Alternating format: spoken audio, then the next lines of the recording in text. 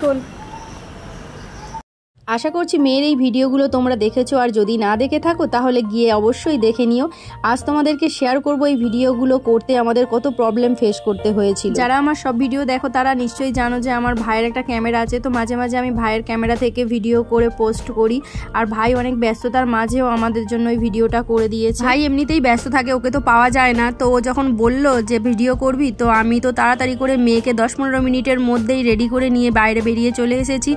আর তখনও বৃষ্টি একটু একটু পড়ছিল আর হাওয়াও হচ্ছিল খুব। প্রথম ভিডিওটা তোমরা সবাই ওকে খুব পছন্দ করেছো, ওকে এক জায়গায় বসিয়ে ভিডিওটা করিয়েছিলাম। এই ভিডিওটা একটা আসন পেতে ওকে বসিয়েছিলাম, কারণ ওই ঘাসের মধ্যে জোক থাকে, তো মেয়ে ভয় পাচ্ছিল। যা হয়েছে খুব তাড়াহুড়োর মধ্যে হয়েছে, দেখো তার মধ্যেই বৃষ্টি চলে এসেছিল আর ভিডিও করা হয়নি। তো আমি ভেবেছিলাম যে অন্য একটা শাড়ি পরিয়ে আর এই বৃষ্টির মধ্যে আর একটা ভিডিও করব, কিন্তু সেটাও হলো না। যেই শাড়িটারি পরিয়ে বাইরে এসেছি দেখছি বৃষ্টি শেষ হয়ে গেছে। তো তার মধ্যেই ভাইকে বললাম এই শাড়ি পরেই তুই কয়েকটা ভিডিও করে দে।